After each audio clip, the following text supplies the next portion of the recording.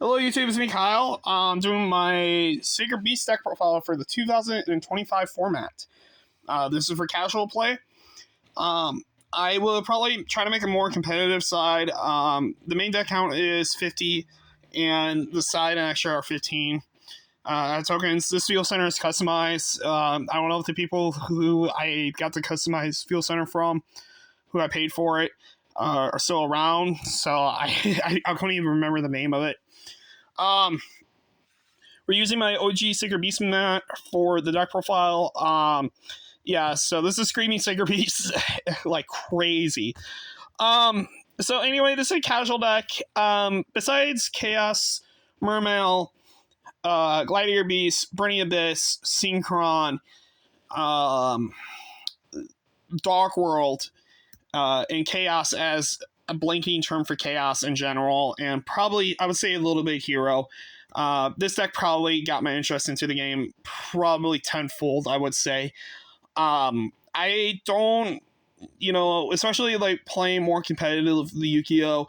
It was kind of like harder for me to play casually, and this deck kind of like, I would say from Commander, and then, I was like playing this deck today at locals actually for a little bit, against some of the other players who aren't competitively up there, I would say, like casuals and beginners. I would say I kind of just built this deck, to play against them, because it's kind of an easier, simpler deck. There's not like a lot of like extreme cards that go through. This more like basic Yu-Gi-Oh cards, I would say, in design terms, where like if you would play like Sky Striker, Thunder Dragon, Azumina, or Raizio, Malice now, where those cards are just like beyond essentially. So yeah, we'll get into the deck profile.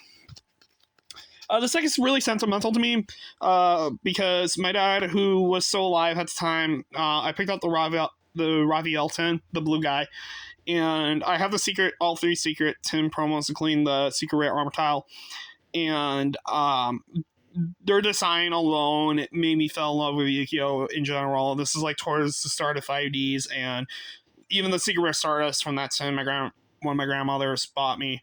I just fell in love with the artworks at those times, especially at the tail end of GX and the start of 5Ds. I think were probably like the best card art design ever.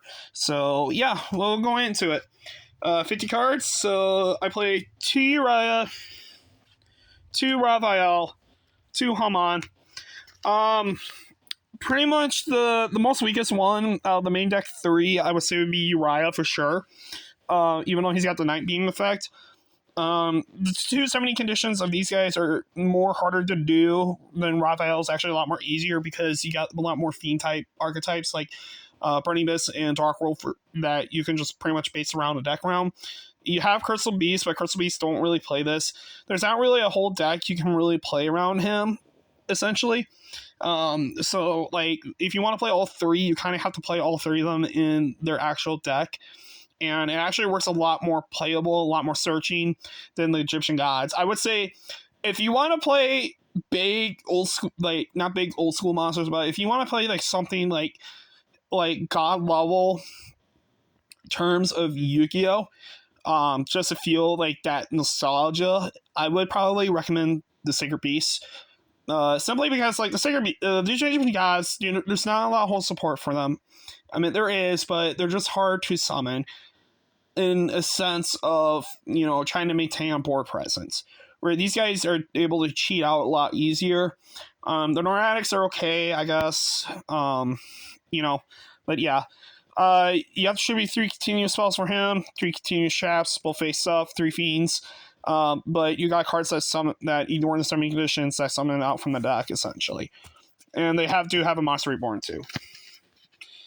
For the actual engine itself, give me a second, I gotta rearrange, because I'm re-recording this. We play 3 Dark Beckoning Beasts. This card's kind of also played in Yubel. I do not like playing Yubel. I do not like Yubel. I'm just gonna put it out there. This helps searches and get your additional normal summon. 3 Chaos Summoning Beasts. These help summon the Sacred Beast from hand, ignoring their summoning conditions. You banish it, add Fallen Paradise to fill spell. One of the other cards that first came out that kind of started the trend I would say it would be 3 Dark Beckoning Beasts. Or no, 2 Dark Summoning Beasts, my bad. You no, you contribute the cards, special summon one of the Sacred Beasts from the deck. Then the graveyard effect, you banish it, you add one of them, but your other monsters can't attack. Then for the 2 1-offs, I play 1 Chaos Core, just to get like Armor Tile Graveyard online essentially, and 1 Phantasm Summoning Beast. This comes out only in, I want to say, Phantom Nightmare, same set of Bell. Essentially, what you do, you're playing the Fusion spell. That's why I'm playing the Chaos Core, but this is more like just to have fun with. I probably will trim down the deck and to make the deck a little bit more consistent. The deck was pretty consistent today, I would say. Ish. I only broke like maybe 1 game, and that was hilarious. For hand traps, I just play 3 Ash, 1 Failer. If you're playing casually, I don't think you really need to go like super balls in. For spell cards, 3 Fallen Paradise. This pretty much makes the Sacred Beast playable. Non-targeting destruction, non-destruction effects. You get a draw 2 off the effect if you control the fusion armor tile, one of the 2 armor tile fusions, and or one of the 3. 3 opening the Spirit Gate to search out the monsters or the Sacred Beasts themselves. 2 Cerulean Skyfire.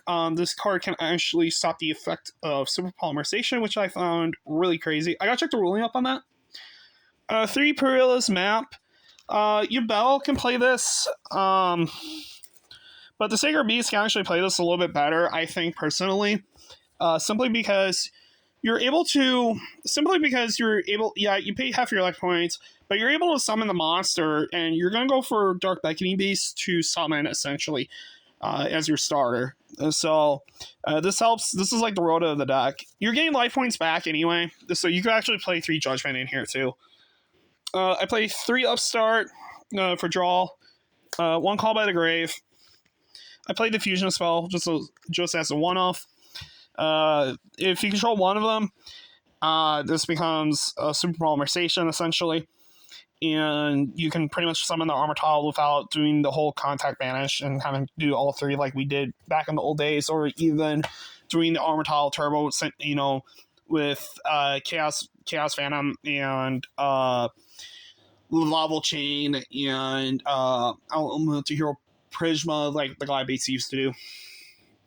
For traps, 3 Reckless Greed.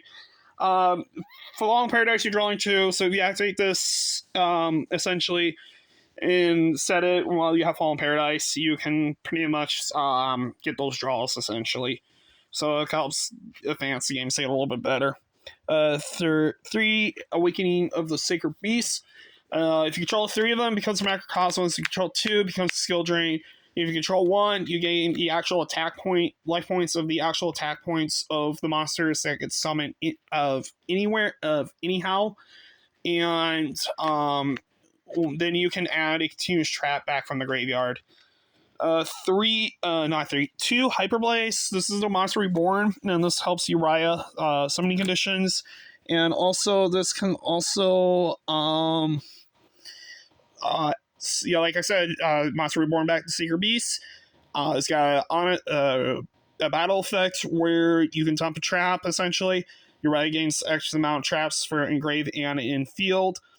It doesn't have to be continuous. It can be counter, spell, normal, or continuous. So, yeah, and Uriah gains 1,000 base attacks, so it multiplies up pretty quick. For the rest of the traps, we just play 3 Phoenix Chain. Like I said, this is for casual. I played 3 Silent Judgment casually. The only reason why is because you got Awaken the Sacred Beast, you're getting life points back. So, yeah. 50 card main deck. Customized Steel Center. 3 Phantasm Martyr token. 3 Raphael tokens. I have the OG one too. And 3 Phantasm Martyr tokens. I'm finally glad they actually printed this. I still want I still want Doppel Warrior and Synchron Carrier tokens with Trail token. Yeah, I still want those printed. Extra deck. 1 Leech Apprentice. You just need a generic 2. You just need a generic 2, essentially, just to generic 2 Dark Monster to link into stuff with the tokens and stuff. And that's probably the best one I could find. Next, probably Dark Charmer. 1 Phoenix unit, 1 Nightmare Phoenix, 1 Unicorn, 1 Avermax. You can easily make this. 1 Decode. For some reason, I just like playing Decode in here. I don't know why. I just feel like Decode just kind of like it's kind of cool in the deck. I don't know why. For Xyz, we play a bunch of Xyz. We play the I don't know how to say the name of this dude actually, but we pretty much play the Armor Tile Xyz version. This is pretty much. I like the card art on this. When this card was announced as game printed in Light of Destruction, not Light of Destruction, Legacy of Destruction, I was like, I have to get this. I love the art on this card. You can't really see it because of what's going on, but if you see it in person, I was just like, yeah, I gotta get this. I play 2 of the trains. No, wrong dude. Sorry, my bad. Gustav. We play Zeus because you can overlay, with those guys. We play the Spider Package, essentially. Fusions. I gotta make this quick. OG Armor Tile, Phantom Fury Armor Tile, the other fusion. These 2 are placeholders. Like I said, I want to play this casually. Side deck. 1 Change of Heart, 1 Harpy Spell Duster, 2 Lightning Storm, 3 Solemn Strike, 3 Evilly Match, 2 Day Barrier, 3 Dark Ruler No More. Yeah, so Sacred Beast casually 2025 format. Just playing cheap cards in it.